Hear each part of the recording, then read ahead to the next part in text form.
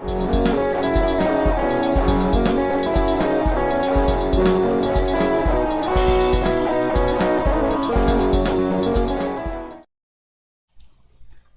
pessoal, boa tarde. 30 de setembro, né, o dia mais importante do universo, para mim pelo menos. E a gente segue então com o nosso curso de Geometria Diferencial, né, 2h15 da tarde, a gente estava conversando, esperando o pessoal chegar um pouquinho aí. E vamos seguir então com os conteúdos que a gente estava estudando, né? Só para dar uma retomada bem rápida, na aula passada, né, o resumão básico que a gente viu foi o que a gente chama de primeira forma fundamental de uma superfície, né? O que era isso? Era uma maneira de medir comprimento ao longo da superfície, né? Então a primeira forma fundamental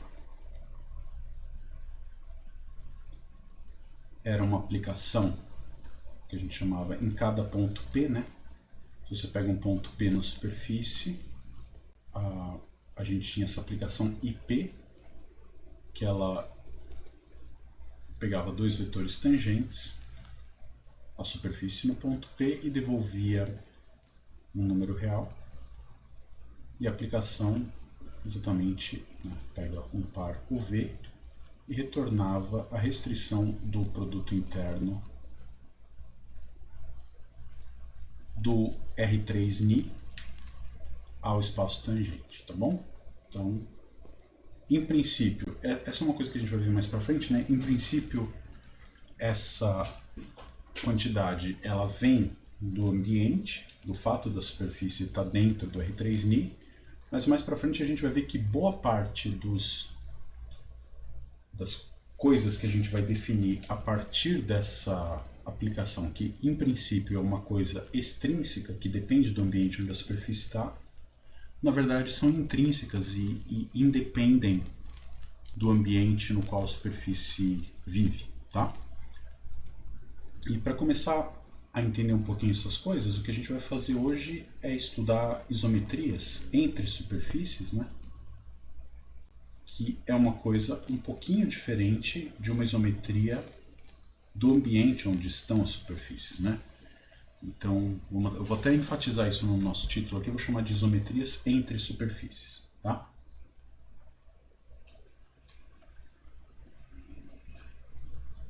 Para quem está acompanhando pelo livro-texto, isso está na seção, deixa eu ver o número aqui direitinho, seção 3.2.1, mais ou menos a página 270 do livro em português, tá? Então, mais ou menos na metade do texto, né, vamos dizer assim, tá bom? Então, o que a gente vai fazer agora é definir o que é uma isometria local, fazer alguns exemplos e estudar propriedades delas, né? Então, o que é uma isometria local para a gente, né? Se você pega duas superfícies do R3-Ni, tá? Aqui é importante enfatizar que, em princípio, as duas superfícies elas não precisam estar no mesmo ambiente. Então, eu posso pegar uma superfície no R3 e a outra superfície no L3, tá?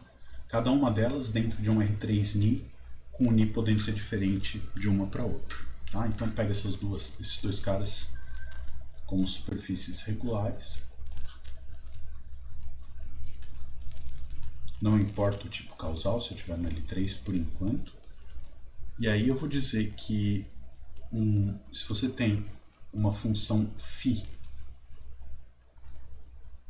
de M1 em M2, ela é uma isometria, primeiro de tudo, eu preciso que a φ seja um diffeomorfismo. A gente sabe o que é um diffeomorfismo entre duas superfícies, né? Uma função diferenciável e bijetora com inversa diferenciável, tá bom? Então, um diffeomorfismo, φ é um diffeomorfismo, e para todo P em M e quaisquer dois vetores tangentes no TPM, eu tenho que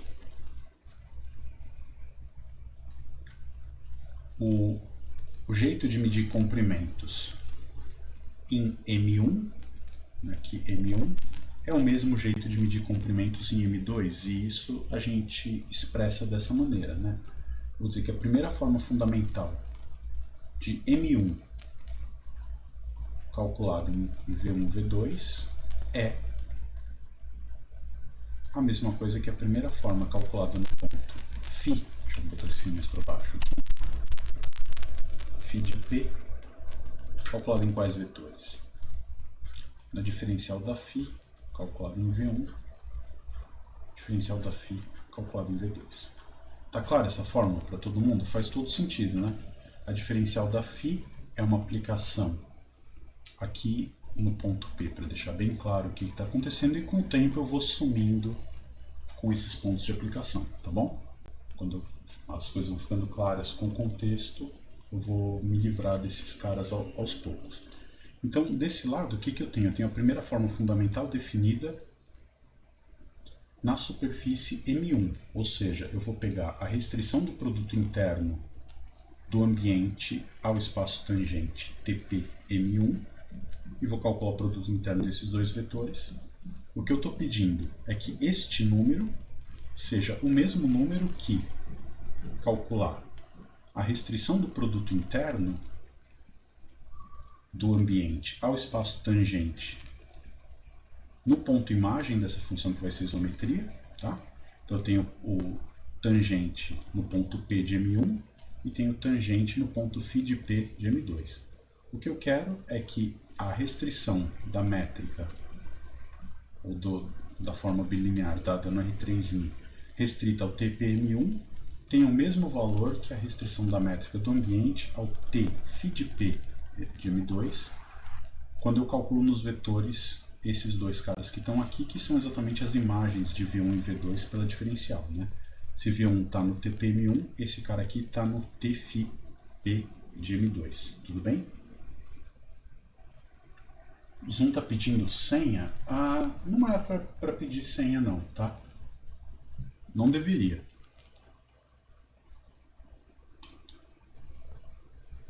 Deixa eu dar uma olhada aqui. Meeting info. Vou pedir aqui informação. Tem um passcode aqui, tá? É 1600086. Se ele pedir, passa esse número para ele. Tá bom? Não sei se é esse o caso. Eu vou copiar e colar isso aqui no chat, tá? Já foi. A Ana é... Pronto, eu já tenho aqui eleita a nossa assistente para assuntos de Zoom, né? Então tá bom, legal. Putz, isso está indo para gravação, desculpa aí. Mas a vida segue. Ok. Tá bom, então vamos voltar para nossa conta aqui. Então tá claro o conceito de isometria, a definição de uma isometria global, né? Isso precisa acontecer em todo ponto da superfície. Eu preciso ter que a primeira forma fundamental é preservada entre pontos correspondentes pela φ, tá bom? A gente vai dizer que vai ser uma isometria local, né? Então, uma isometria global é isso. Isometria local é essencialmente localizar essa definição que está aqui em cima, né? Então, eu vou dizer que φ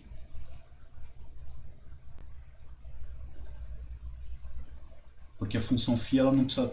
isometria local quer dizer que a função φ ela não precisa estar definida em toda a superfície, né? Então φ é uma isometria local, que para os nossos propósitos aqui basta, tá?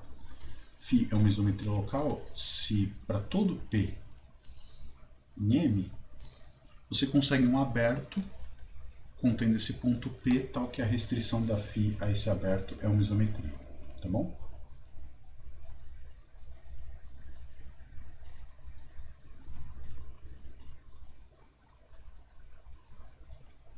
Tal que a função φ restrita ao aberto U é uma isometria, tudo bem? Eu acho que Isso aqui funciona tranquilo, né? Essas definições todas, elas são coisas locais, né? Eu falo da diferencial da φ, eu não preciso saber muita coisa sobre a φ, só o comportamento dela num aberto, qualquer aberto contendo o ponto P, tá bom? E a gente vai dizer que... Oi, professor? Fala. Desculpa interromper, mas no caso de isometria local, a gente não pede que a φ seja um diffeomorfismo? Então, aqui quando eu falo φ restrita a U, perfeito, quando eu estou pedindo diffeomorfismo é sobre a imagem, né? É importante falar isso. Ó. A φ restrita a U não pode ser sobrejetora, mas ela é sobrejetora, na verdade bijetora, sobre sua imagem, né? Então vamos precisar isso. Obrigado, Eduardo. Acho que é importante destacar isso aqui, né? Então a φ restrita a U como função de U em φ de U, e aí sim ela é um dífio sobre sua imagem, aí ela é uma isometria. Então, o que eu faço na prática? Eu olho... Você sabe que um aberto de uma superfície regular é um aberto. É uma superfície regular, e se a φ for um diffeomorfismo, ela vai levar abertos em abertos, então φ de U também é um conjunto aberto dentro do M2, então eu olho isso aqui como uma superfície regular, isso aqui como outra superfície regular, e aplico a definição anterior para uma vizinhança do ponto P, tá bom? E a gente vai dizer naturalmente que M1 e M2 são isométricas se existir uma isometria entre essas duas superfícies, ou que elas são localmente isométricas se existir uma isometria local entre essas duas superfícies. A Amanda faz uma pergunta: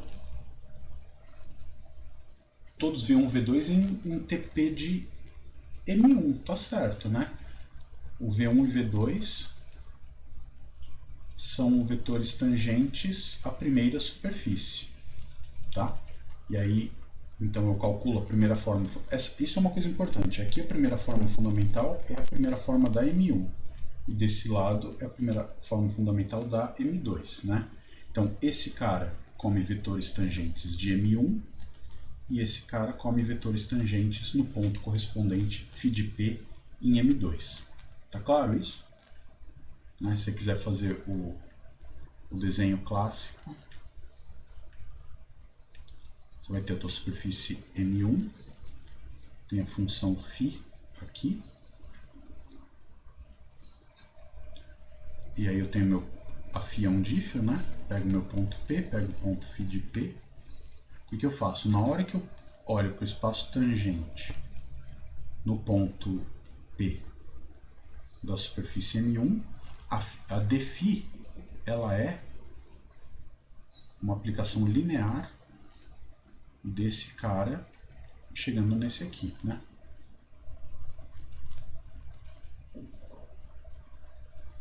Tá bom?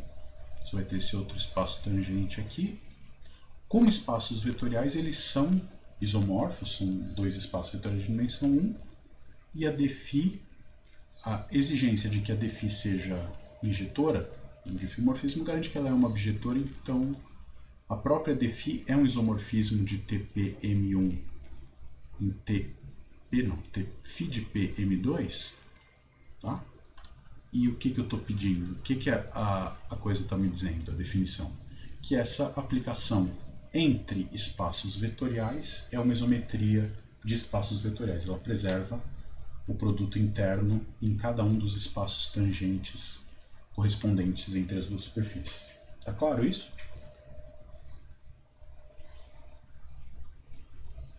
Beleza, então. Então, ok, né? O que a gente tem é essa coisa que eu falei de ambientes diferentes, né? Você pode ter uma superfície do R3 isométrica a uma superfície dentro do L3, não tem problema nenhum, tá? As primeiras formas fundamentais elas vão ser extraídas do contexto onde cada uma das superfícies vive. É claro que daqui a pouco a gente responde perguntas do tipo: é possível que uma superfície do R3 seja isométrica uma superfície de tipo tempo do L3, você pensa 2 segundos, o chute é que não. Né? E de fato a gente vai conseguir mostrar isso, né? Que toda isometria tem que preservar tipo causal de vetores tangentes, porque senão não é uma isometria. Né? No sentido de que a defície é uma aplicação linear que seja uma isometria. Né? Então, o primeiro exemplo básico que a gente tem, né, de isometria é quando você tem uma isometria do ambiente que leva uma superfície na outra. Né? Então, se você tem M1 e M2 dentro do R3-Ni, aqui é importante dizer o mesmo, tá?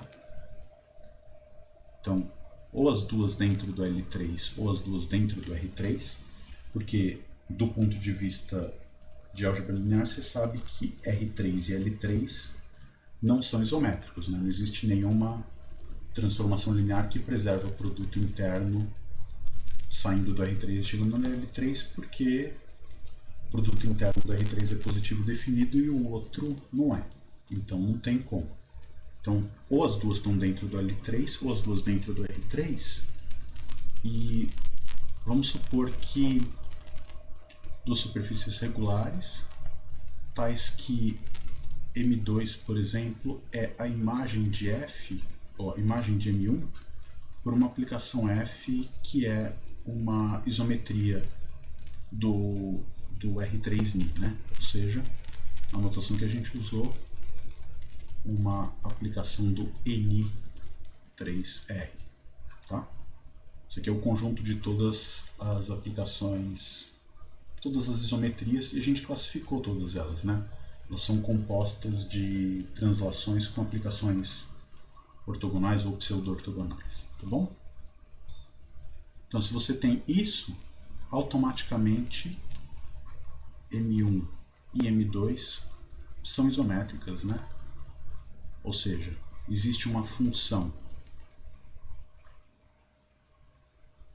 cabe aqui, isométricas, existe uma função definida de M1 e M2 que atende a esses quesitos. Vocês têm um palpite de quem seria essa função? Qual é a isometria, né? A própria função F. A própria função F restrita a M1, né? Então, de fato, se você pega φ como sendo a restrição de F a M1, é a isometria procurada. Como é que você faz para ver isso, né?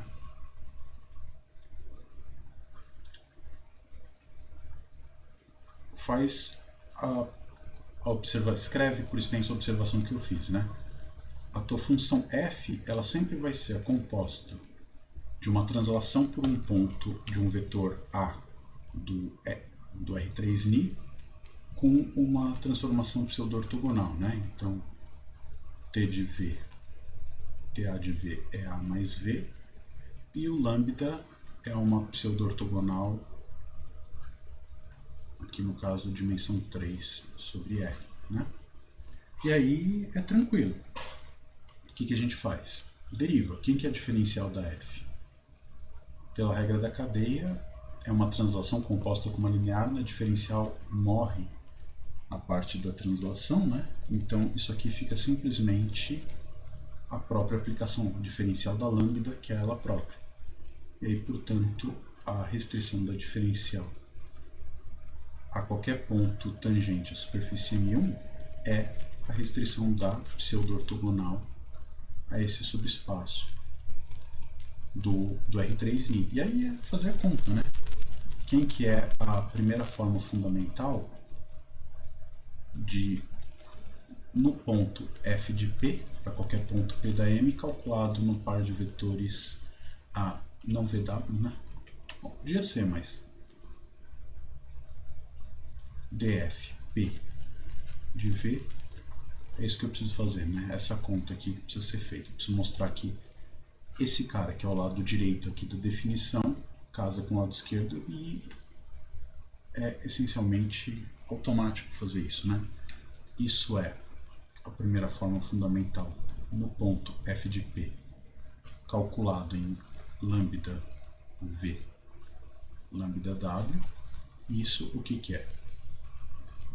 Por definição é lambda V, lambda W, como lambda é pseudo-ortogonal, isso é V com W, e é nada mais nada menos do que a primeira forma fundamental no ponto P, calculada nos vetores V e W, tá bom? Então, se você tem uma isometria do ambiente que leva uma superfície na outra, elas são naturalmente isométricas, ou seja, o que é uma coisa boa, né? A maneira de medir comprimentos, ângulos e tudo mais que precisa, áreas, é uma coisa que não depende de como a superfície está posicionada no espaço, né? Isso pode, por exemplo, se você já conhece algumas outras geometrias, né? Pode pegar, por exemplo, um modelo do espaço hiperbólico tridimensional, que é o semi-espaço superior, tá bom? Ou pensa no plano, vai, para facilitar. Pega o semiplano superior e a maneira de medir comprimentos não é exatamente a maneira do R2. O que acontece bom, intuitivamente tem uma fórmula para isso, mas intuitivamente é que quanto mais longe do eixo X o ponto está, menor fica o comprimento de vetores tangentes a curvas passando por aquele ponto, quando comparado ao comprimento euclidiano naquele ponto. Então, nesse caso, uma translação na direção vertical não é uma isometria, né? Então, se você pega um segmento de reta passando por um ponto perto do eixo X, o comprimento dele é muito maior do que exatamente esse mesmo segmento quando eu translado algumas unidades na direção vertical. Então, as translações nesse ambiente já não são mais isometrias e a gente perde um pouco esse apelo geométrico. Aqui, a gente sabe que translações são isometrias e que toda isometria, na verdade, é composta de uma translação com uma pseudo-ortogonal. Então, se eu pego uma superfície no R3, quem são as isometrias do R3? Rotações compostas com translações, né? Aplicações ortogonais. E aí você pensa um pouco, né? Tudo isso é lá da álgebra linear. Se tem uma aplicação ortogonal no R3, você vai ter um polinômio característico de grau 3, portanto, grau ímpar, ele vai ter uma raiz real. Então você tem toda aplicação ortogonal tem pelo menos um autovetor no R3. E esse autovetor, quer dizer, naquela direção, a transformação linear é a identidade, né? O autovalor vai ser 1. E aí o que você tem na prática é que toda transformação ortogonal vai ser uma rotação em torno de algum eixo do R3. Pelo menos, tá? Se não for identidade. E aí o que acontece?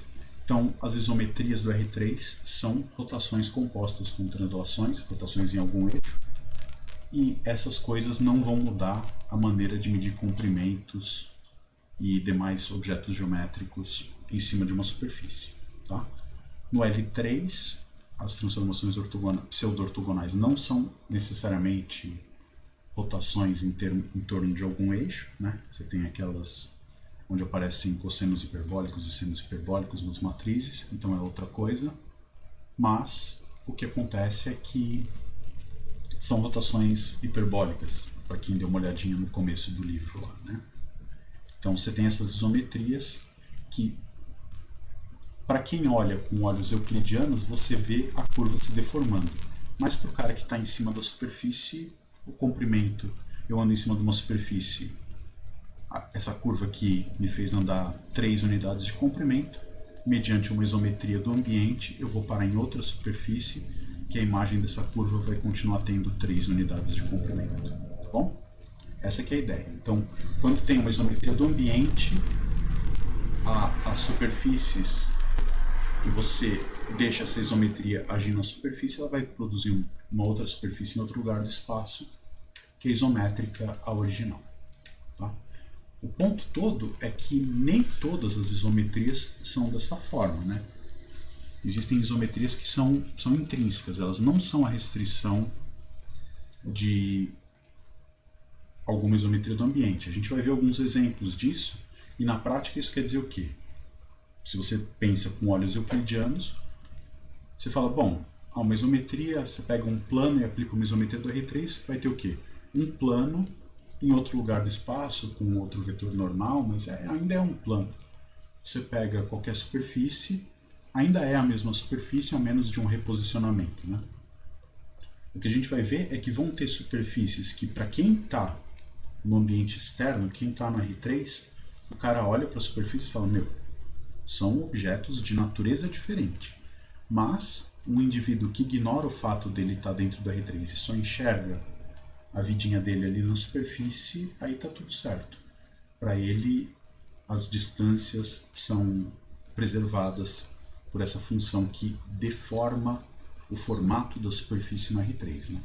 Então, essa maneira de medir comprimentos, você vai ter superfícies isométricas que, olhadas dentro do ambiente, têm formatos diferentes, e uma coisa que a gente vai estudar mais para frente, talvez ainda hoje ou na próxima aula, é tentar detectar que objeto geométrico vai me contar por que e como essas superfícies que aparentemente têm a mesma maneira de medir comprimentos, olhando intrinsecamente, têm formatos completamente diferentes quando eu vejo elas dentro de algum ambiente, né? E aí tem toda essa coisa de você fazer mergulhos ou imersões isométricas de objetos dentro de ambientes. Então eu posso pegar um objeto geométrico abstrato, colocar uma maneira de medir distâncias nele, pensa que você tem a tua superfície ali, a gente herdou o comprimento do R3. Esquece. Fala que em cada ponto eu te dou um produto interno ali, pode ser positivo definido ou não, ou indefinido, tá? E aí você vai produzir uma coisa que a gente vai chamar de uma variedade riemanniana, uma variedade semi-riemanniana. E aí eu pergunto de como eu posso fazer a imersão desse cara dentro de algum ambiente, dentro de algum espaço euclidiano ou de alguma outra variedade de dimensão maior, de modo que a maneira de medir comprimentos que eu tenho a priori no objeto abstrato é a mesma que a restrição do produto interno que eu tenho no ambiente, a imagem dessa minha imersão, né? Isso é a teoria de imersões isométricas, tá bom? Então, o que a gente está fazendo nesse curso de GD é um curso de imersões isométricas, no caso Baby Superfícies. Que, na verdade, quando a gente está pegando a primeira forma fundamental do jeito que eu fiz, eu estou automaticamente decretando que a minha imersão é uma imersão isométrica, porque eu estou colocando a métrica no plano tangente do domínio da imersão X como sendo o pullback do produto interno do ambiente, tá? Então, um exemplo que a gente tem que tomar cuidado, né, quando você está em espaços diferentes, por exemplo. Ficou claro essas ideias? Tudo isso a gente vai limpar com as contas que vamos fazer mais para frente, ainda hoje, né? Então, um exemplo clássico, né? Você pode pegar o cilindro, essa coisa que eu falei de estar num ambiente diferente. Eu posso olhar para o cilindro dentro do R3 e também posso olhar para o cilindro ele próprio dentro do L3, né? Então é a mesma superfície, mas ele não é isométrico a si mesmo, né? Então S1 carteira. Você percebe? Essa aqui é a coisa. Aqui eu não tinha falado, mas se você pensar 2 segundos, se duas superfícies serem isométricas, se elas estão dentro de um mesmo ambiente, é naturalmente uma relação de equivalência, né? Toda superfície é isométrica a si própria, se ela está no mesmo ambiente. Tá? E, bom, se uma é isométrica a outra é isométrica a uma, a isometria procurada é a inversa da original, tudo de filomorfismo, então beleza. E se você tem aqui M1 isométrica M2 e M2 isométrica M3, a composta vai produzir uma isometria de M1 e M3, é um exercício, quem que é derivado da composta aqui, né? Regra da cadeia, como a primeira forma fundamental nos dois passos é preservada, você vai ter essa mesma, mais uma igualdade aqui, né? E você tira o def1, bola def2 aplicado em v1. E aí e aqui embaixo vai ter o φ1 bola φ2 do ponto P. Então é fácil ver que é uma relação de equivalência, mas desde que você esteja no mesmo ambiente, né? Então S1 cartesiano R não é isométrico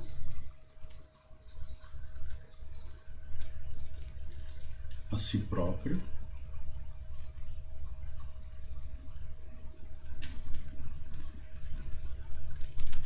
quando visto nos dois ambientes. Tá clara essa frase? Por quê? Porque se você pegar qualquer ponto do cilindro,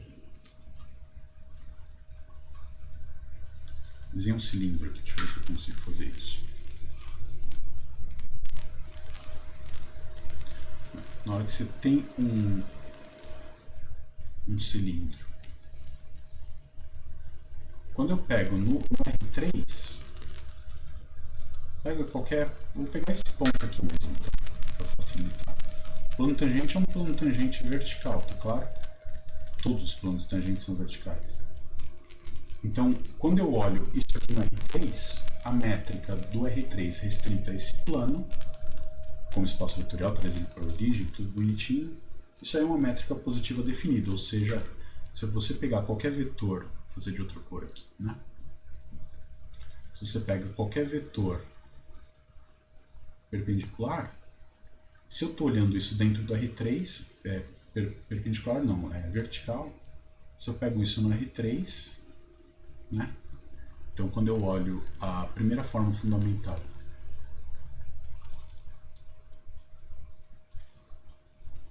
no ponto P aplicado no vetor V, o que é isso? Isso é a norma de V por V, isso é uma quantidade com certeza positiva, né?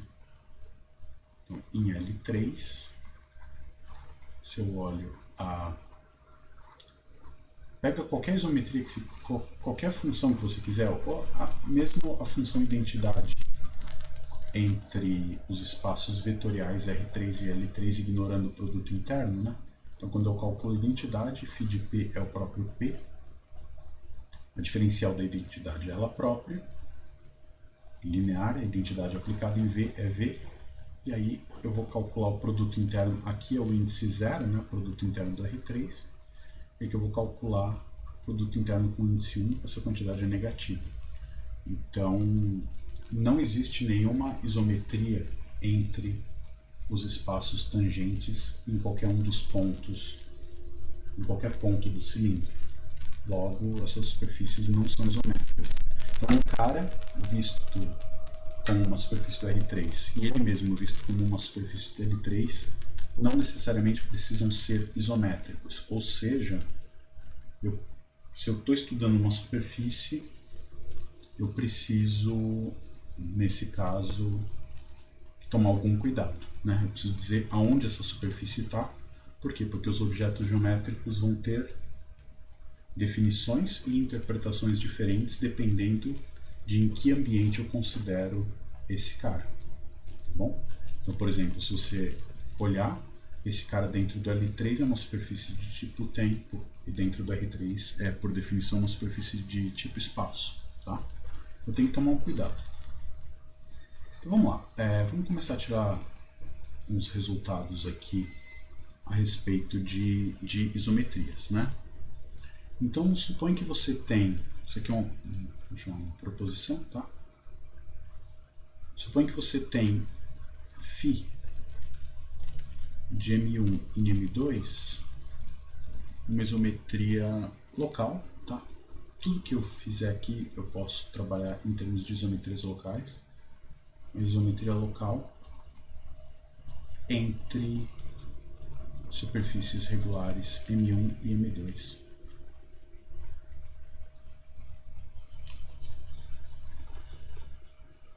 Escrever isso assim, superfícies regulares, tá bom? Então o que acontece? Se você tem uma parametrização para M1.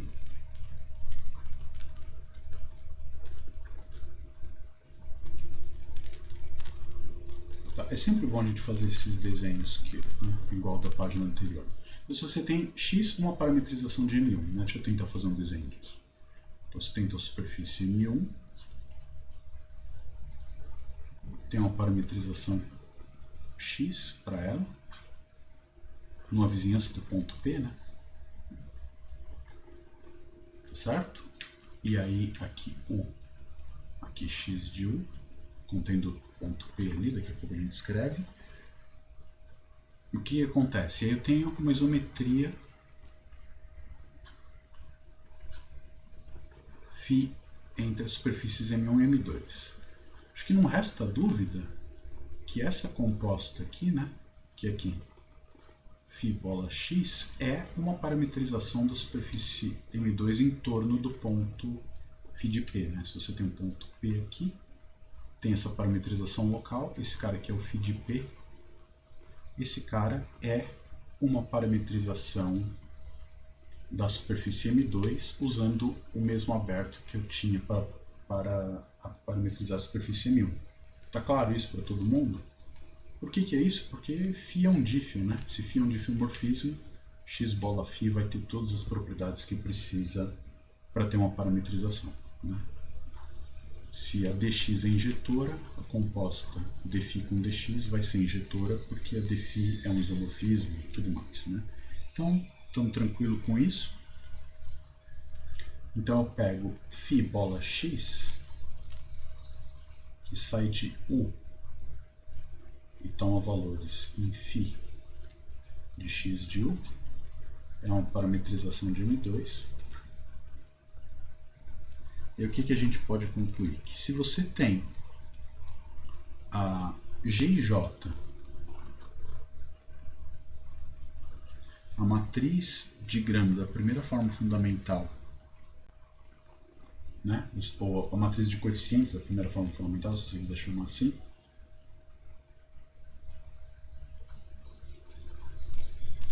matriz da primeira forma fundamental de M1 nas coordenadas na parametrização x, podemos dizer assim, né? O que quer dizer isso? Que o G11 é o del x del U, produto interno com del x del U, e assim vai, né? Uma parametrização x, e você tem que G til, vamos chamar assim, tá? G e J til, a matriz da primeira forma fundamental de M, né? Estou pensando assim, pega um ponto P de M1, esses caras vão virar números, né? São funções que dependem de P, aqui também são funções que vão depender de φ de P, ou dependem de P, porque vai ser uma composta. O que eu quero mostrar é que quando eu uso uma isometria para reparametrizar uma superfície a partir de outra, os coeficientes da primeira forma fundamental são iguais. É isso que eu quero tentar escrever e tô falando demais aqui, né? Tá? Então a parametrização para M2, a G e J til são os coeficientes da matriz da primeira forma fundamental. Na parametrização a φ bola φ, não estou usando var φ aqui, né? φ bola x. Então a gente conclui que G e J calculado em cada ponto UV é exatamente o G e J til no ponto UV, tá? Isso é relativamente imediato de ver, né? Como é que se faz essa conta? Começa calculando esse cara, né? Por exemplo, quem que é o G e J? Então isso aqui vai ser, demonstração.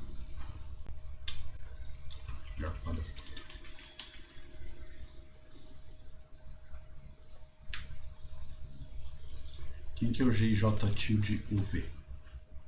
É, por definição, o produto interno de del φ bola x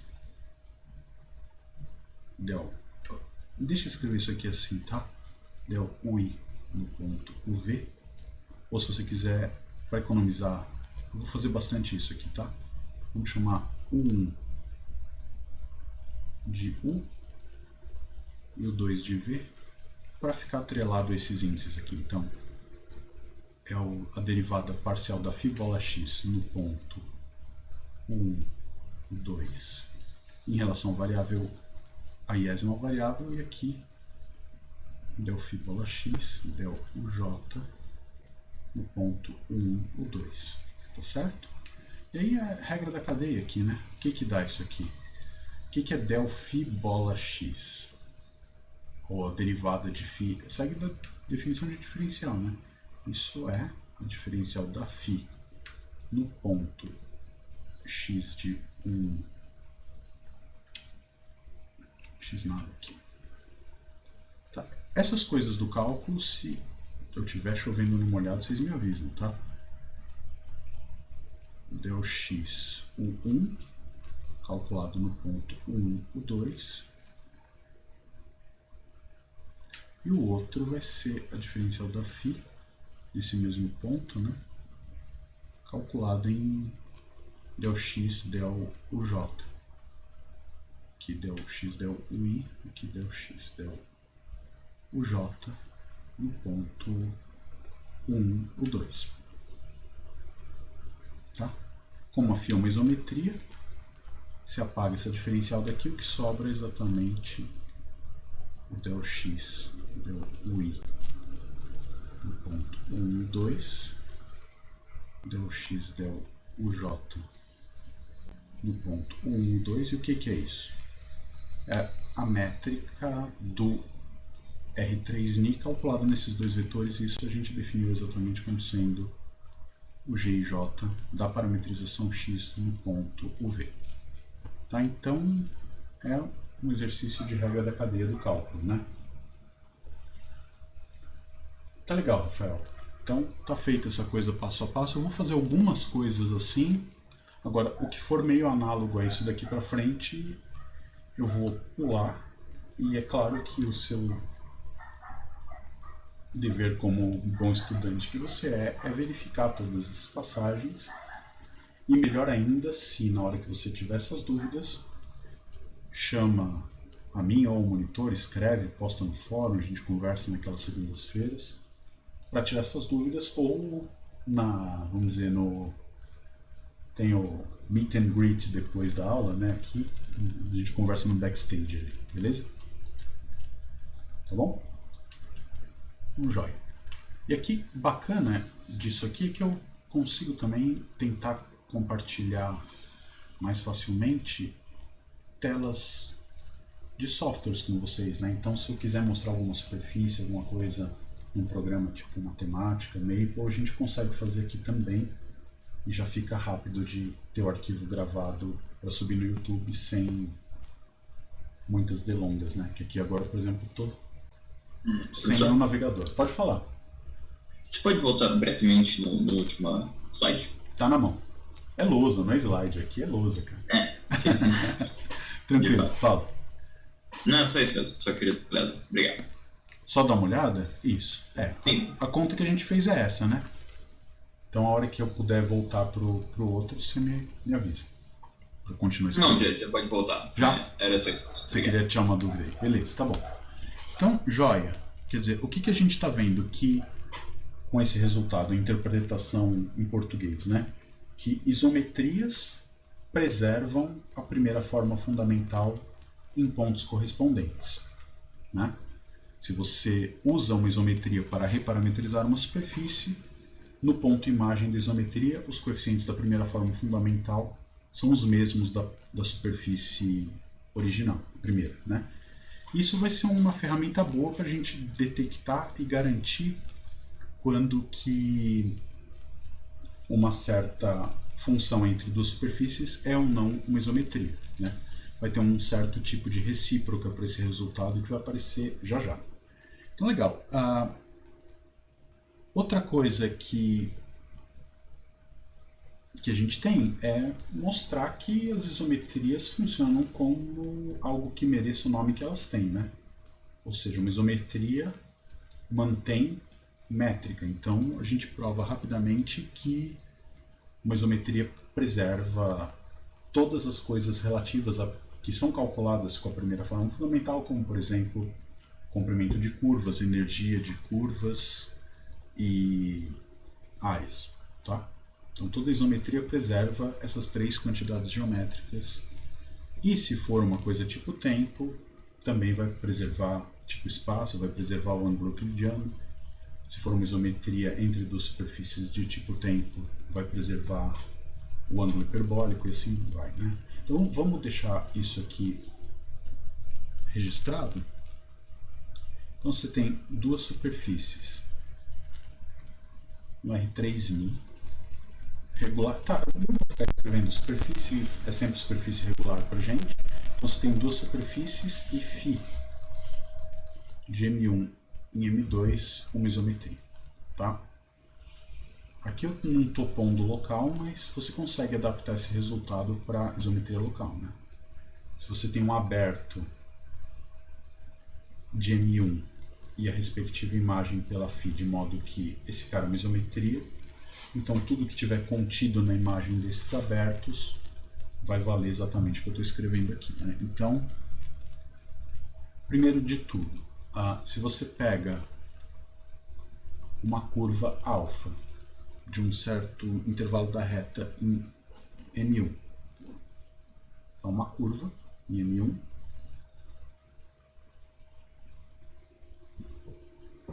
você vai ter automaticamente que φ bola alfa é uma curva com imagem em M2 e que mais? É uma curva de mesmo tipo causal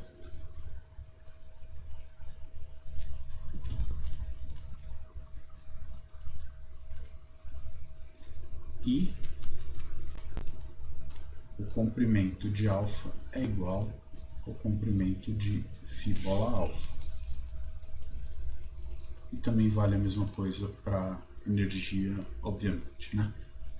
Então a energia de alfa é exatamente a energia de φ bola alfa. Bom, como é que... Bom, segunda coisa, né?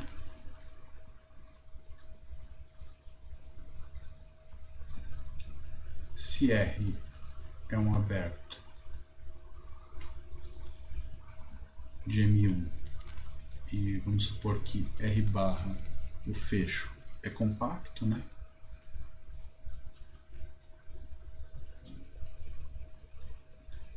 Então a área da região R é preservada pela isometria. Tudo bem? Φ de R, né? Melhor escrever isso assim.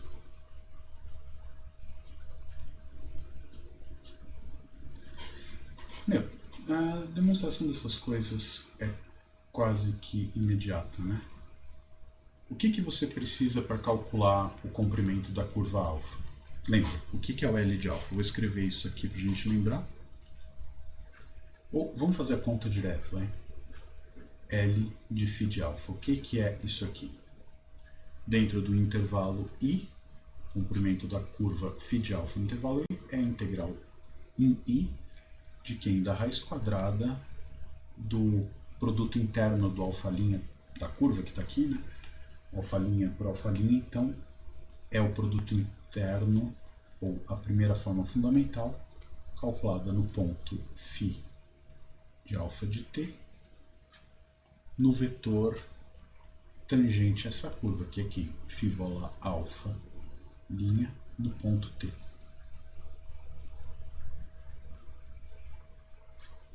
A primeira forma fundamental no ponto φ de alfa de t, do vetor tangente à curva φ bola alfa. A gente precisa pôr módulo aqui, porque essa curva podia ser uma curva tipo tempo, né? E aí é nada mais nada menos do que o teorema de Não tem nem mudança de variável aqui, é direto, né? Isso é a integral sobre i. Quem que é esse cara? Pela regra da cadeia, né? Vou escrever isso aqui mais uma vez. Isso é a primeira forma fundamental no ponto φ de alfa de t. Quem que é o φ bola alfa derivado? É a dφ no ponto alfa de t, calculada no vetor alfa' de t.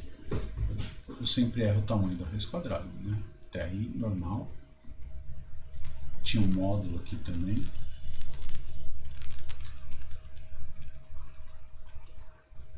Deixa eu ver o que falta fechar de parênteses. Falta esse cara aqui. Legal. dt. Isso aqui φ é uma isometria, né? Então, se φ é uma isometria, isso é a integral no intervalo i da raiz quadrada do que do módulo. Se é uma isometria, isso é i no ponto alfa de t, calculado em alfa' de t. Tá bom? Fecha o módulo, fecha a raiz dt. Isso é nada mais nada menos que a primeira forma é o comprimento da curva alfa sobre a superfície M1. Tá bom?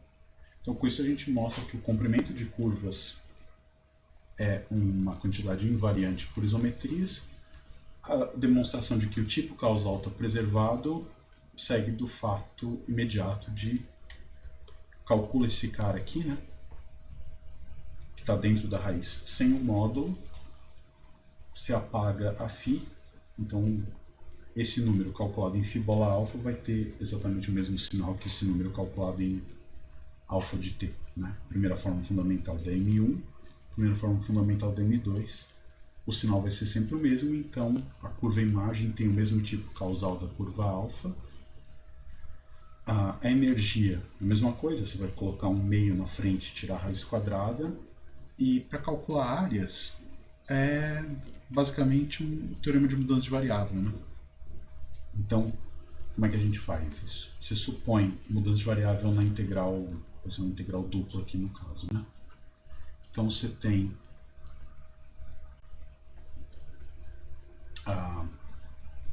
vamos supor que essa região R, que eu quero calcular a área, para facilitar a nossa vida, está contida na imagem de uma certa parametrização, né? Então, vamos supor que R está contida na imagem de uma parametrização. Se não tiver, faz o quê? Divide ela como uma reunião, um compacto, né?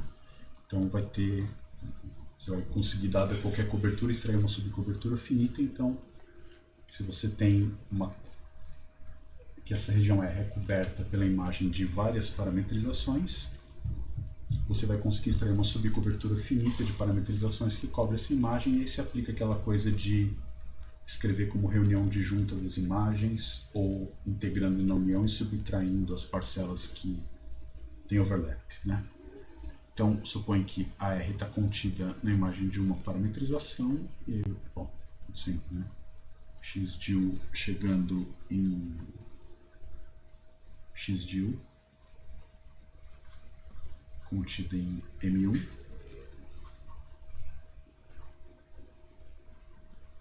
uma parametrização, tá? E aí, se isso acontece, o fato da φ ser um diffeomorfismo, isso implica automaticamente que φ de R vai estar contida em φ de x de u, né? Que é um jeito chique de escrever isso, é φ bola x do aberto u. Isso vai ser bom para a gente entender direitinho o que é essa coisa na mudança de variável, e a gente viu que φ bola x, como antes, né, é uma parametrização de M2, né? Então, como é que eu calculo a área de φ de R, né?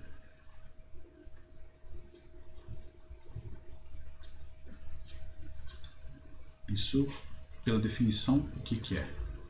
Você vai puxar esse aberto da imagem em M2 pela parametrização, então vai ficar φ bola x a menos 1 calculado em φ de R. Puxo para o aberto do R2, e o integrando é o módulo do vetor normal à superfície. O módulo do vetor normal à superfície a gente sabe que é a raiz do determinante da matriz da métrica nessa parametrização G e J. Tá bom? Nas variáveis U e V, não sei se vale a pena escrever aqui, vou escrever. Espero que não fique muito poluído. Isso aqui deu DV. Por que módulo? Porque se a superfície for tipo tempo, a gente viu que esse cara aqui podia ser negativo, né? Então tá bom. O que a gente sabe do lema anterior? Que quando eu tenho a parametrização da M2 usando a isometria, o G-til é igual ao GJ, e aí se apaga esse til daqui e fica exatamente a integral que define a área da região R, né? Vai dar x a menos 1 de R do módulo do det de G e J no ponto UV. Deu DV. E isso é exatamente o que a gente definiu como sendo a área de R, tá bom? Então, isometrias preservam comprimentos, energia, tipos causais e áreas, né? Um resultado que pode ser útil, na verdade ele vai ser bem útil para a gente tentar construir um tipo de recíproca. O que a gente tem agora é como que fica quando eu tenho duas parametrizações diferentes, né? Aqui a gente está fazendo o caso especial em que eu estou parametrizando a superfície M2 via a parametrização de x, né? A parametrização x de M1 e da isometria. Então, a situação mais geral é você podia ter x, uma parametrização para M1, x-til, uma parametrização para M2 e a isometria aqui. A pergunta é, como é que se relacionam os coeficientes da métrica de M1 via essa parametrização e os coeficientes da parametrização, os coeficientes da primeira forma de M2 via a parametrização x-til aqui em termos da representação local. Então eu vou fazer um desenho, né? Como sempre. Vou pegar uma outra página aqui para a gente acertar tudo, né?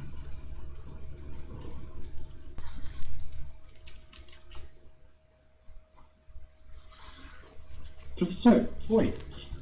o senhor pode voltar na última página rapidinho? Claro, tá aqui. Ok, obrigado. Pode voltar já. Só isso, tá? Eu acho que a tua dúvida é daqui para cá. É só tomar um cuidado, né? O que é... Não, é só que travou aqui pra mim e eu não consegui ver a última coisa que está escrito. Mas Tá já bom, consegui, tá já. bom, tá bom, né? Obrigado. Quer dizer, o domínio aqui, que podia ser uma dúvida que muda, é porque isso aqui é x a menos 1, bola φ a menos 1, né? E como φ é um diff, beleza, então segue o baile, né? Como dizem. Então, vamos lá. Então, a situação que eu quero estudar é a seguinte, né? Eu tenho uma parametrização x para M1,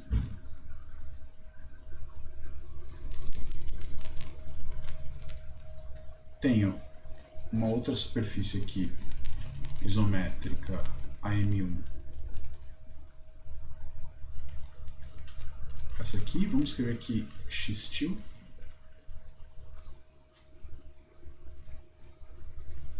Tá certo?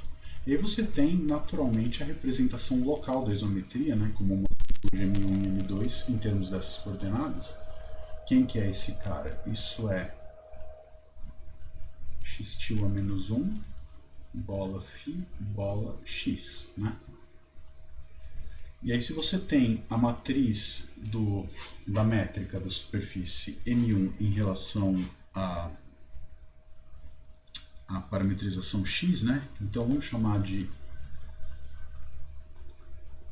G e J, a matriz de Gram, né? Que no fundo é a matriz de Gram, né? Você calcula os produtos internos dos vetores da base matriz de Gram da primeira forma fundamental de M1 na base a XU, XV, você tem a G e J til como sendo a matriz de Gram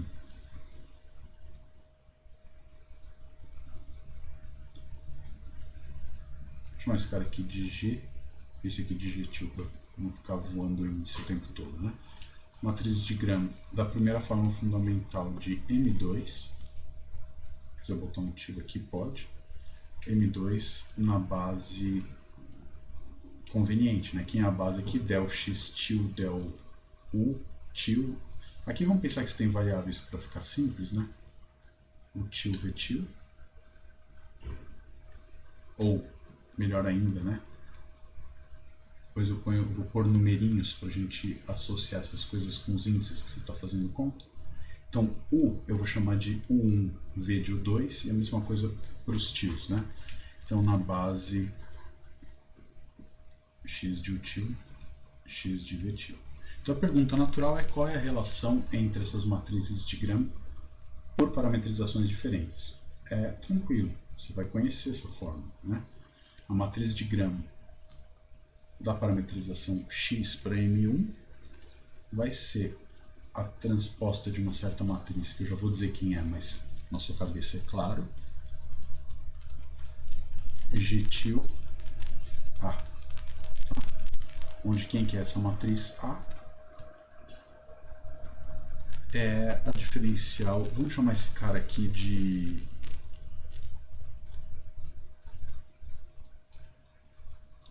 É a matriz da diferencial na representação local aqui, né? A diferencial desse cara aqui. Então vamos escrever ela como sendo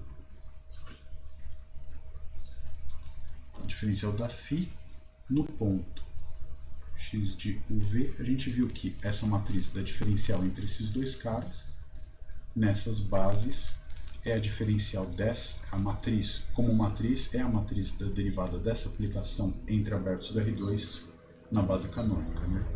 Então isso aqui, ó. Oi! Eu não sei se eu entendi muito bem. Você está vendo como é a matriz de Gram com respeito à mudança de parametrização ou com respeito à forma local, com respeito a uma função entre duas variedades? Eu quero... nenhuma das duas coisas, mas as duas coisas ao mesmo tempo. Eu tenho a matriz de Gram de dada uma parametrização para M1, eu consigo a matriz de Gram de M1 relativa a essa parametrização. Tem uma outra superfície M2, tá? Que ela é parametrizada por essa parametrização x til, e eu consigo construir a matriz de Gram da parametrização x til. E aí, se essas duas superfícies são isométricas, ou seja, se existe uma φ que é isometria entre essas duas, como que os coeficientes da primeira forma fundamental de M1, quando escrita usando a parametrização x, e os coeficientes da primeira forma fundamental de M2 na parametrização x til se relacionam? Através dessa relação aqui. Tá bom? Então eu tenho duas superfícies diferentes, cada uma com a sua parametrização e uma isometria entre elas. Como ficam as relações entre os coeficientes da primeira forma fundamental de uma superfície e da outra mediante essa isometria? Nesse sentido, se eu estivesse considerando, por exemplo, só reparametrizações de uma mesma superfície, eu estaria considerando a φ como a identidade no M1, por exemplo. Isso, exato. Se você usa a função φ como identidade, quer dizer, você tem duas parametrizações x e x til de uma mesma superfície, como é que mudam os coeficientes da métrica? Troca φ por identidade, e aí o que você vai ter é que a relação vai ser essa aqui, né? Essa matriz A que entra aqui, se você põe φ como sendo identidade, a matriz A é a diferencial da mudança de coordenadas aqui no plano. Nada mais, nada menos do que isso. Tá bom? Então, para uma mesma superfície, eu posso considerar ela isométrica, ela própria, via identidade, desde que a gente não esteja nessa situação, né? As duas superfícies vistas dentro do mesmo ambiente. Tá bom? Então, duas superfícies dentro do R3, a mesma superfície olhada ela dentro do R3 ou ela dentro do L3, eu reparametrizo de duas maneiras uma vizinhança de um ponto, a matriz da métrica dela, em cada uma das parametrizações, tem a relação dada por isso, né? É uma conjugação, se você quiser pensar dessa maneira, via a matriz mudança de coordenadas. Se há uma isometria legítima, né, que não é identidade, essa matriz da conjugação é a matriz da diferencial da φ, vista aqui em cima, e a gente sabe que a matriz dessa diferencial é, aqui em cima, quando representada nas bases canônicas pelas parametrizações, é a matriz da representação dela local nas bases canônicas do R2 UV com R2 util vetil, tá bom?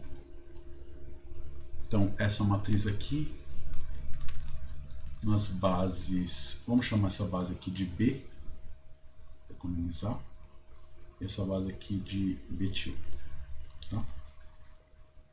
Então, matriz de definição. Aqui, a ordem que se põe isso aqui é uma coisa que cada um decide nos momentos mais íntimos, né? Você põe betil na frente ou depois, é uma coisa que cada um escolhe, tá? Então, eu vou escrever essa matriz aqui com entradas A e J em cada ponto UV. Tá bom? E J aqui é uma matriz 2×2, né? Uma matriz que é de uma aplicação linear entre espaços vetoriais de dimensão 2. Uma matriz quadradinha 2×2. Como é que você faz essa conta? É na porrada, né? Então você pega... Precisa fazer isso? Acho que é bom, né? Vou fazer uma vez para você aprender a enxergar produtos de matrizes dentro de somatórias, né? Então, o que é o G e J? De novo, abusando o 1, o 2. Esse cara aqui é o U, esse aqui é o V. Só para eles andarem junto com os índices IJ, né? Isso é a primeira forma fundamental no ponto x de U1, U2. De quem? Dos vetores tangentes. Eu vou fazer isso na base, né? Del x, del ui, no ponto 1, 2, vamos escrever isso, vai. 1, 2, del x, del uj, no ponto 1, 2, tá? Vou calcular esses caras. Isso aqui, como a φ é uma isometria, eu posso empurrar. Professor, oi. Só para ter certeza, ali no I, você escreveu x de 1, não, I de o x, o 1, o 2. Isso, aqui, esse, né? 1 e 2 deviam estar em cima, não é embaixo, né? Os índices. Ah, aqui? No ponto? Sim, sim. Obrigado. Tá, isso é uma coisa que na minha cabeça eu tenho muito claro, assim, índices que ficam em cima são coisas que estão agindo no espaço dual, né? São, por exemplo, as coordenadas de um vetor, e os índices que estão embaixo representam elementos do espaço em questão de vetores. Então, por exemplo, se eu tenho um vetor V, que eu escrevo ele, você pode escrever ele assim, eu simplesmente, se você tem uma base E1, EN, eu escrevo esse V desse jeito. Tá? Índice em cima, índice embaixo. Quando tem índice assim, um em cima, outro embaixo, na minha cabeça eu já entendo uma somatória, onde I varia no tamanho que tem que variar. Então, me chama a atenção sempre, eu vou tomar muito cuidado para não vacilar com isso daqui para frente, tá? Φ é uma isometria, vamos continuar. Então, eu vou ter φ bola x calculada no ponto 1, o 2. E aí eu consigo colocar a isometria aqui, né? Isso é a diferencial da φ. No ponto x de 1, o 2, calculada no vetor del x, del ui. 1, o 2. Estou usando aqui que a φ é uma isometria. Isso aqui calculado no del x del uj no ponto U1, U2. Tá? Muito bem, vamos em frente. Agora, o que é a defi calculada nesse cara?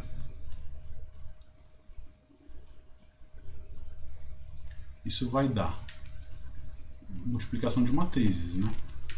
Eu vou escrever esse cara na base, nas bases B e B til. Esse cara aqui é o vetor 1, 0, né?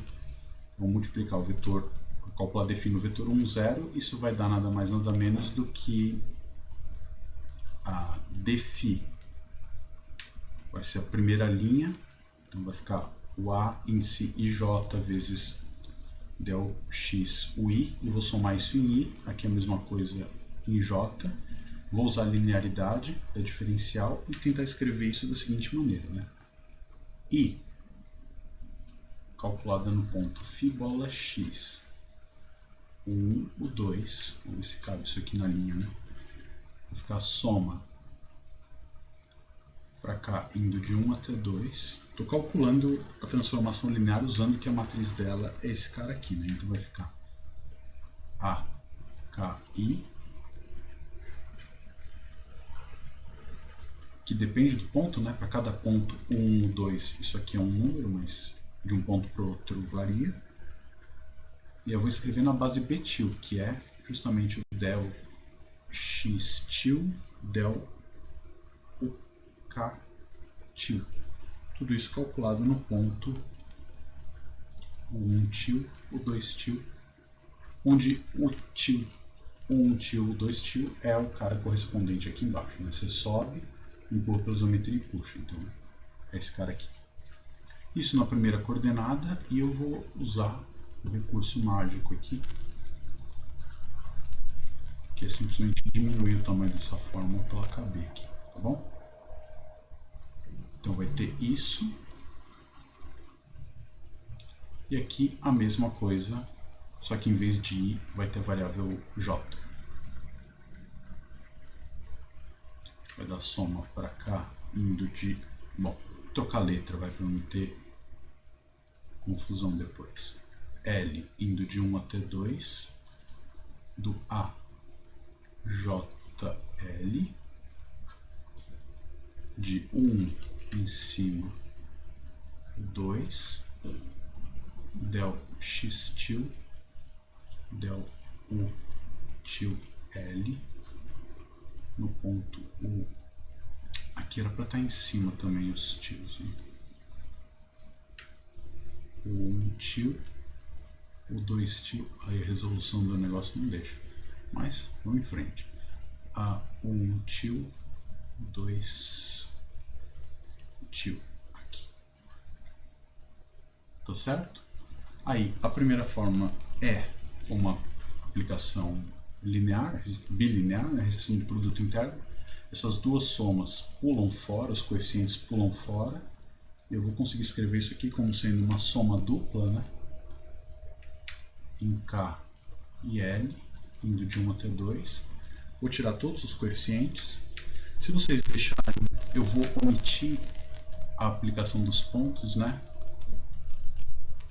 Aqui eu vou ter AKI no ponto 1, 2, vezes a LJ no ponto 1, 2, vezes quem? A primeira forma fundamental calculada no del x til das variáveis K e L aqui embaixo. Segundo, a primeira forma calculada na composta. Então isso é a primeira forma fundamental da superfície M2, quando eu empurro pelo diffeomorfismo, pela isometria φ, né? Então isso é nada mais nada menos que GKL til no ponto o til 1, o til 2, tá bom? E essa fórmula é nada mais nada menos, quer dizer, você passa esse cara pro lado de cá, né? E aí, vendo essa soma, você vê que ela é a fórmula do produto exatamente das matrizes A transposta G til A, né? Por que isso? Porque você está vendo que os dois índices estão aqui em cima, né? Então, se você fixa um deles e escreve, o que você vai ver é uma combinação linear dos GTIL-KL do lado direito, com algum dos As, com índice em cima ou embaixo. E depois, do outro lado, põe fora da somatória da qual a variável não depende, ele vai estar multiplicando pelos ALJ, o índice em cima. Então, aqui está em cima, aqui está embaixo. Isso é o produto da matriz G por esse vetor coluna. Esse aqui é o produto da linha com a matriz G, cada uma das linhas com a matriz G, tá bom? Então, isso dá exatamente o elemento IJ da matriz, essa que está aqui.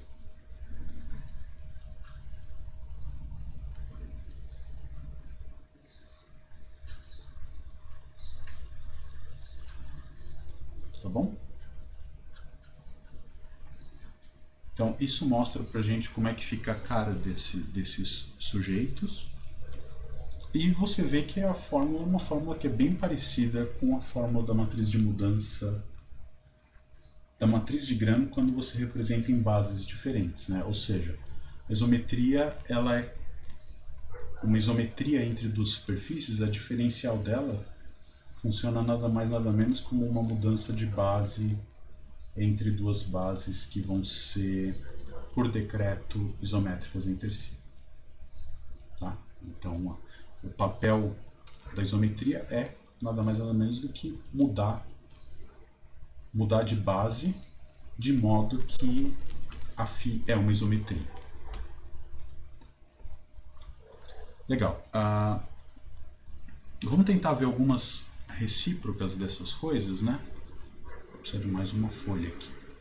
Hoje eu estou escrevendo um pouquinho mais, mas eu acho que é melhor assim, né? Tem bastante coisa conceitual, mas essas coisas conceituais a gente vê elas acontecendo na ponta do lápis mesmo, né?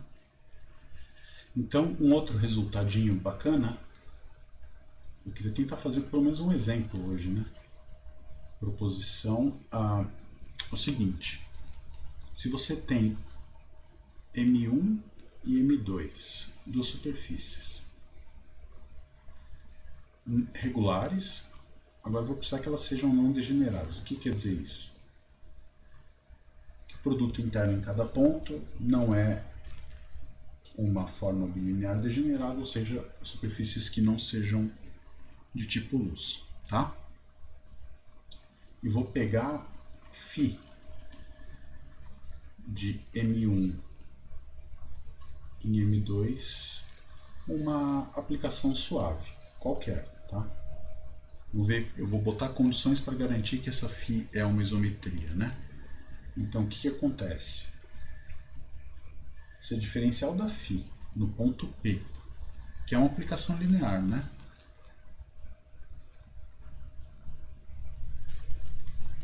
Que sai do tangente a P no M1 e chega no tangente a φ de P no M2,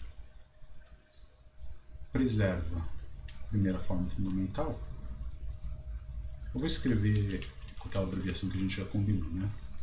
Primeira forma fundamental, então a φ é uma isometria. Tá bom? Então, se você tem alguma aplicação suave que a diferencial preserva a primeira forma fundamental, então ela é uma isometria local, né? Eu não sei se ela tá, eu não consigo garantir que ela é um difiomorfismo global. Aqui isso tem que acontecer em todo ponto de M. Como é que você mostra isso? A ideia está basicamente por trás do fato de a diferencial preservar a primeira forma fundamental. O que isso quer dizer? Se em cada ponto a diferencial preserva a primeira forma fundamental, o que dá para a gente concluir? Preservar a primeira forma fundamental diz que essa aplicação é uma aplicação injetora, né? Ela é uma isometria entre os espaços tangentes. E aqui está entrando fortemente a hipótese de ser não degenerado, né?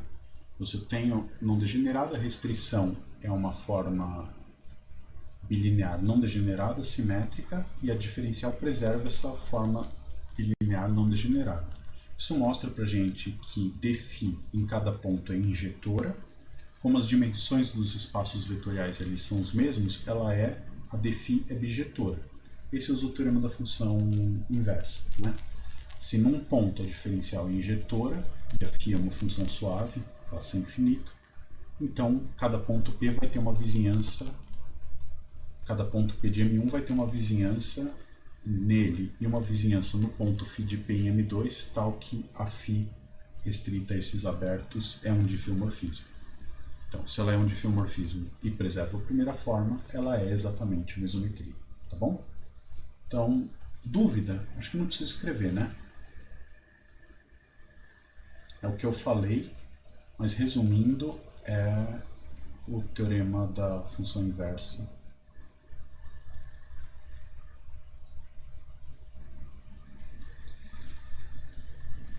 Para φ, tá bom? Aqui tentando fortemente essa coisa de ser não degenerada, né? A não degenerescência dela é que garante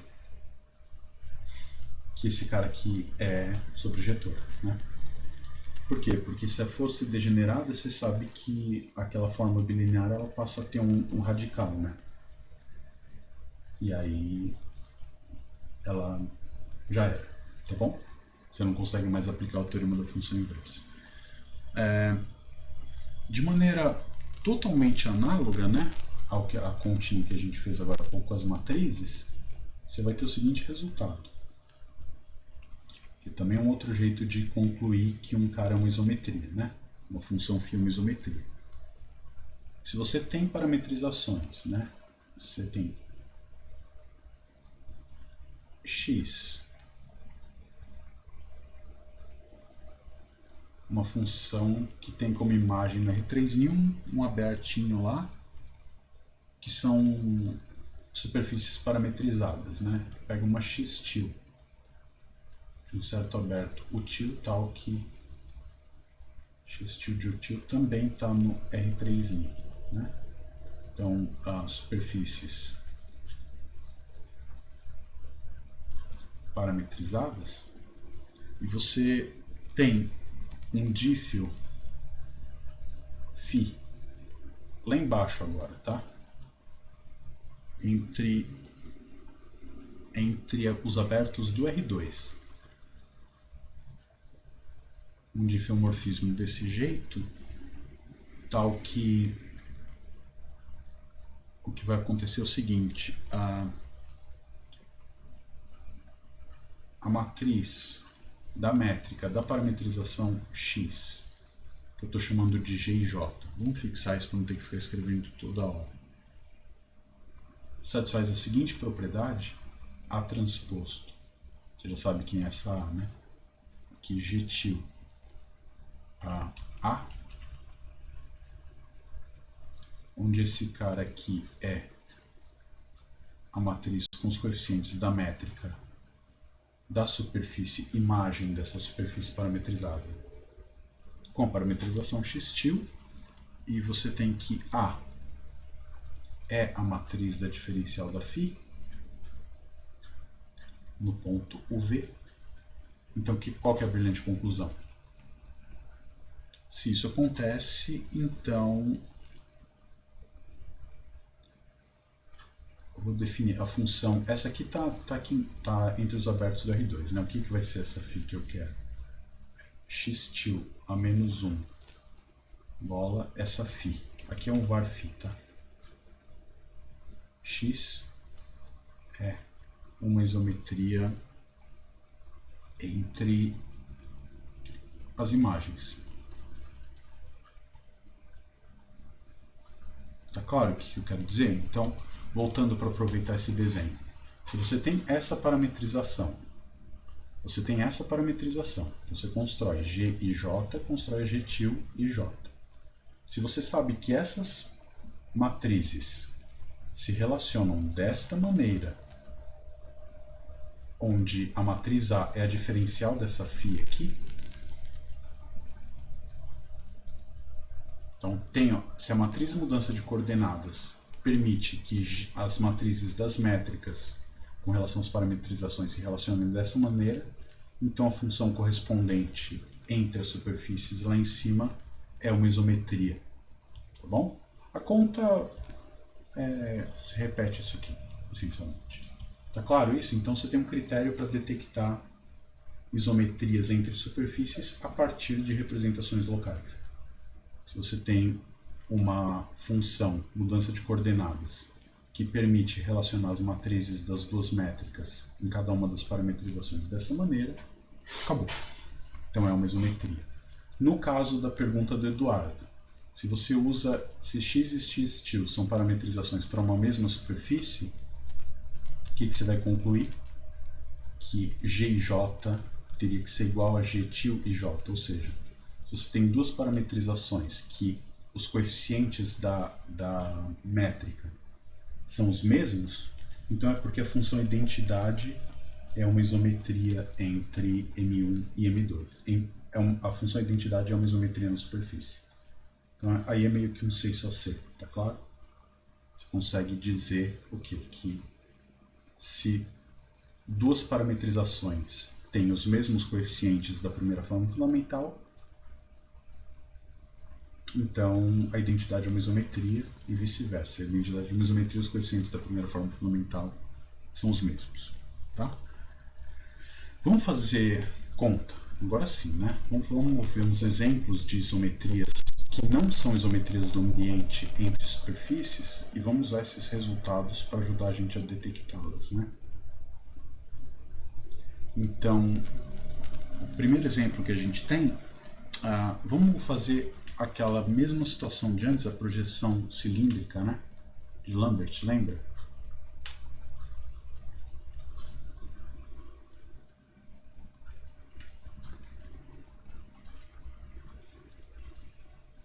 A gente pegava o cilindro, pegava a esfera menos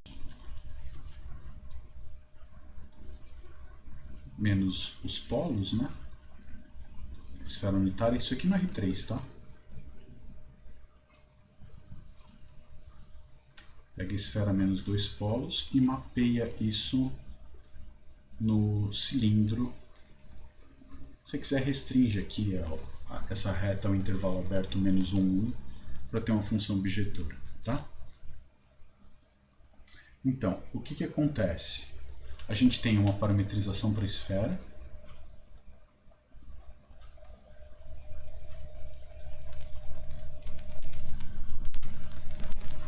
Lembra como é que era, né? Com as coordenadas esféricas usuais.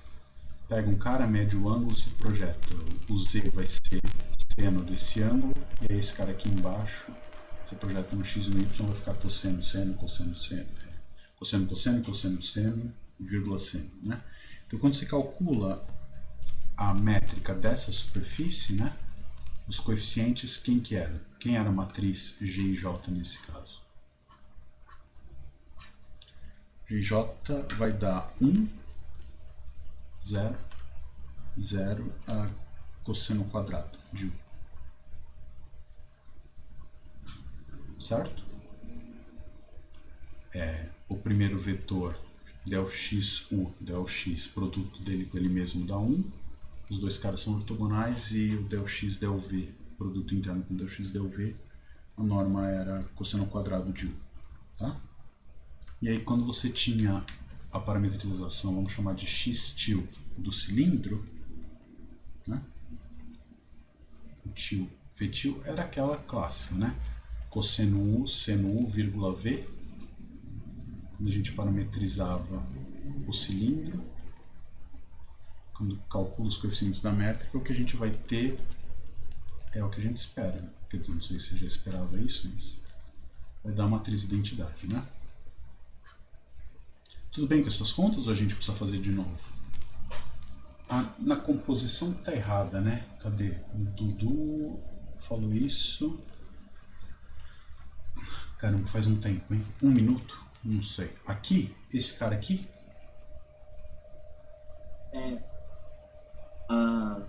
Porque aí o domínio da φ seria U, né? Isso, vamos lá. É esse desenho aqui, ó. Eu vou com a x, vou com a φ e volto com a x tilde menos 1. Então, x... tá certo. A outra φ. Essa aqui de dentro? Não, a do outro lado da igualdade. O domínio dela é U? O domínio dela... Não. O domínio dela é... Não. Ixi, peraí. Tá invertido aqui. Tá tudo errado aqui. Agora, obrigado. Agora que eu entendi. Essa φ é a que está no domínio, né? Vamos arrumar isso. Eu quero a função lá em cima. Quem que é a função lá em cima, né? A função φ. Esse cara aqui, ele é o quê?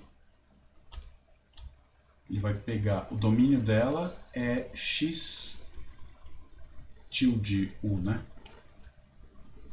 Então eu posso pensar que esse cara... Ela vai sair de... Como é que eu vou escrever esse cara? Quer dizer, a conta que você precisa ter na cabeça é o seguinte, ó, φ bola x, vamos escrever isso rapidinho.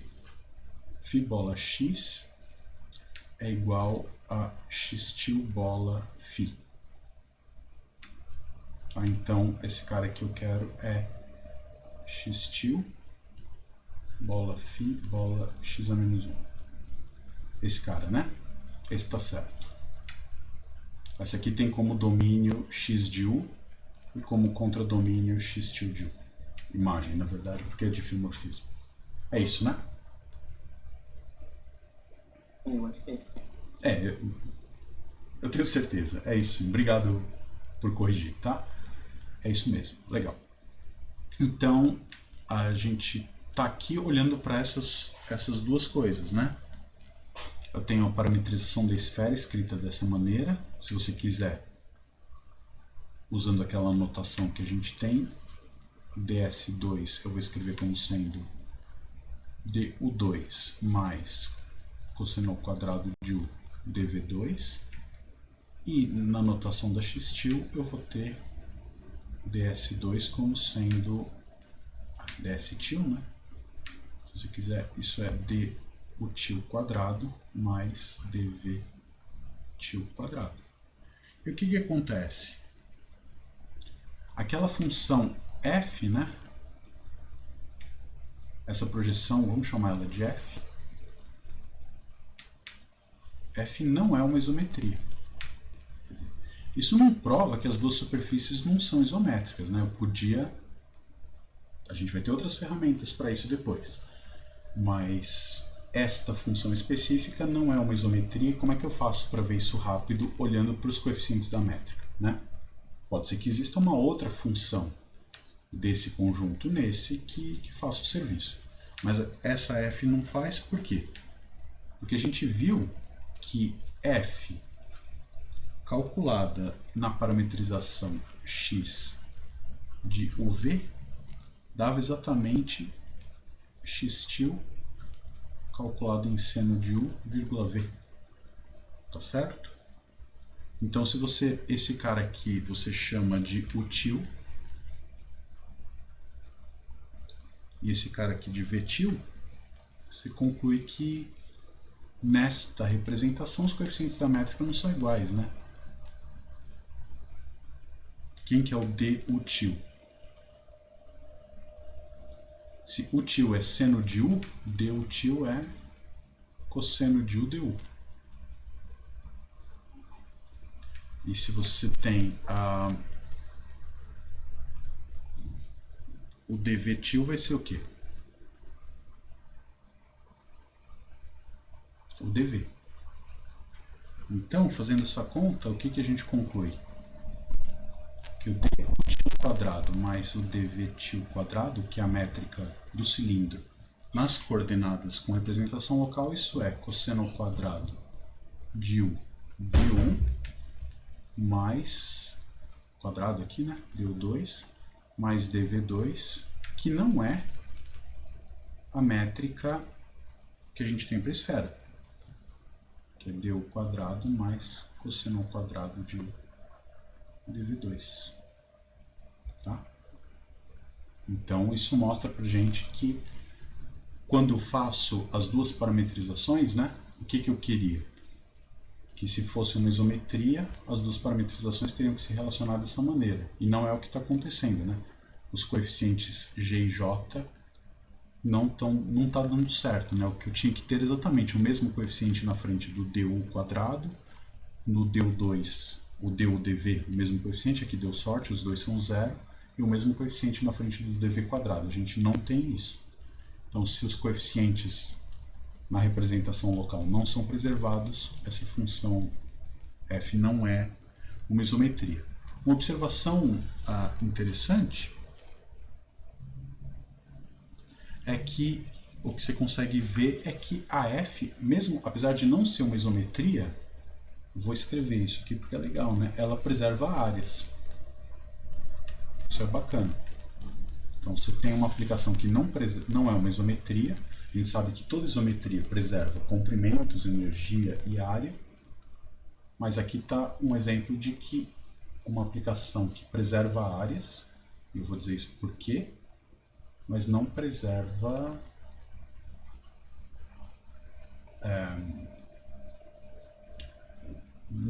comprimentos, né? Ela não é uma isometria. O que isso quer dizer na prática, né? Que se você pega, por exemplo, uma curva coordenada na esfera, por exemplo, é bem fácil de você se convencer rápido que isso é uma isometria. Já vou fazer isso, tá? Com um desenho. Então, a f preserva áreas por quê? Porque você vai ter que o determinante da matriz de coeficientes de uma representação é igual ao determinante, né? As coordenadas du, dv se relacionam, du til, dv til se relacionam desse jeito com du, dv. Eu gostaria que tivesse, se o coeficiente aqui é 1, os dois teriam que ser 1. Então, o que a gente tem é o quê? Numa delas, uma matriz da métrica vai ter cosseno ao quadrado de u 0, 0, 1, e a outra é 1, 0, 0, cosseno ao quadrado de u.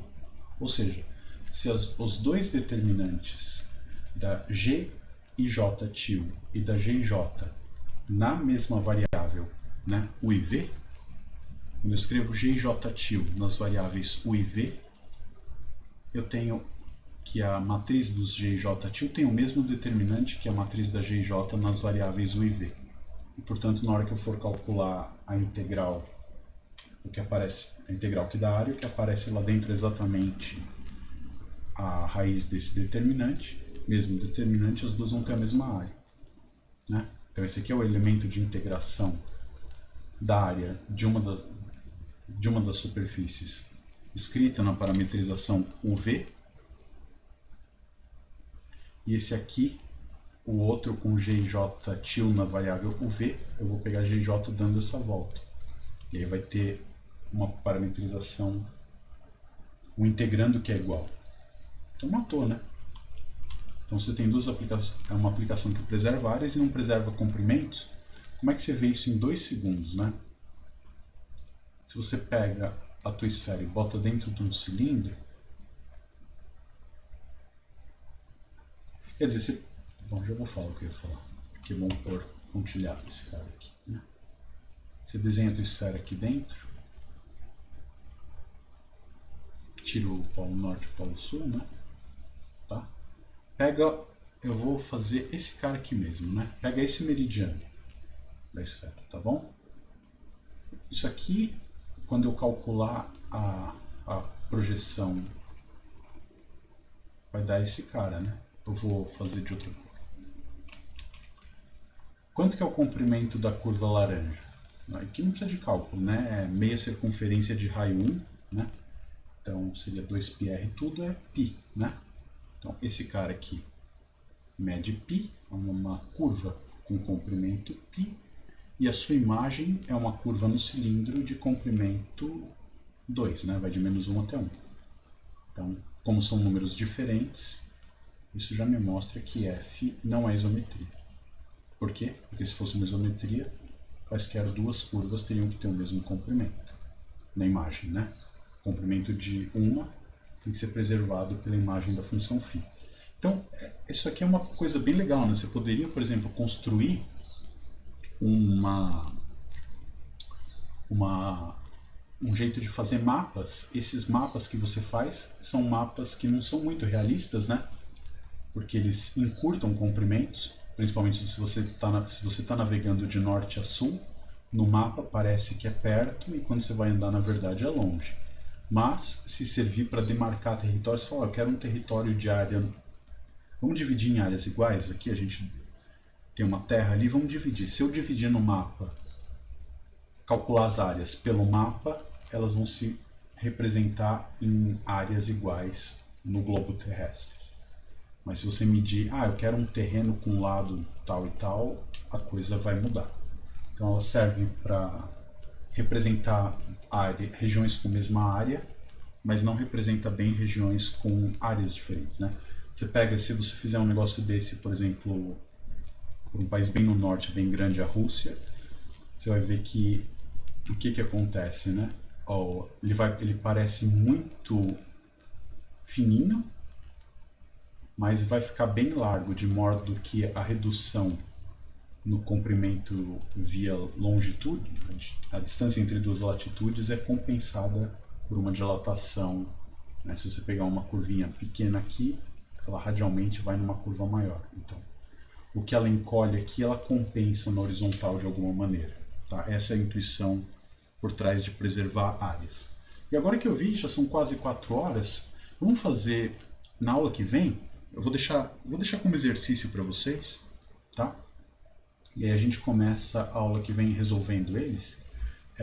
Mostre que o plano, isso motiva, esse exemplo aqui é legal, e o cilindro são localmente isométricos. Com essa técnica aqui é bem legal de olhar para a representação das funções. Então, exiba para mim uma isometria entre o plano e o cilindro. E uma que é um pouquinho mais difícil, né? A gente conhece o espaço de De Sitter e o helicoide. Acho que eu mostrei para vocês o que era um helicoide. Não tem mais acento, né? Só eu que sou velho que ponho acento em ditongo aberto. Helicoide são isométricos. Localmente aqui, tá? Aqui também, na de baixo também.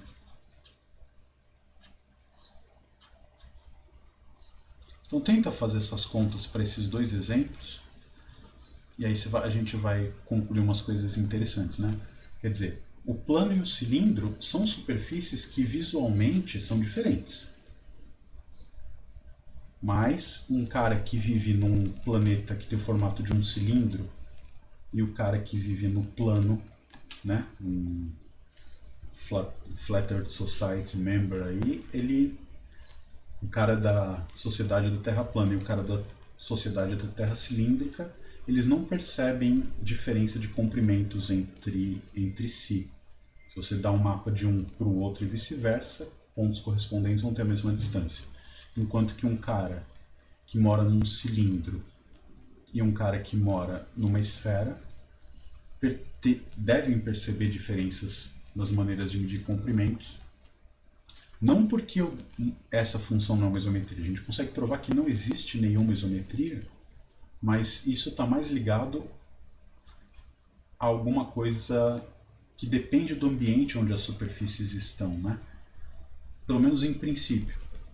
Uma é redonda para todos os lados e a outra é redonda, se curva numa única direção, né? O cilindro é o produto de uma reta com um círculo e a esfera não é assim. Então, o que está por trás de garantir que duas superfícies são isométricas ou não é uma coisa que a gente vai ver bem mais para frente. É um teorema, um dos teoremas centrais da geometria diferencial, que foi descoberto pelo Gauss em 1820 pouco, 1827 mais ou menos, que é o chamado teorema egrégio de Gauss. A gente vai ver ele no curso, mas a demonstração vai ficar um pouquinho mais para frente, tá bom? Então, vamos encerrando por aqui. Eu vou pedir para que vocês realmente façam esses tentem fazer esses 2 exercícios para a próxima aula. Eu começo discutindo eles com vocês na terça, que vai ser dia 5 de outubro, né? Tá bom? Então vamos ficando por aqui. Eu vou encerrar a gravação para o pessoal que está assistindo por vídeo depois. Se alguém quiser ficar para conversar mais uns 15 minutinhos, tiver alguma dúvida, eu tô aqui, tá bom? Então, pessoal do vídeo, tchau, tchau e até a próxima.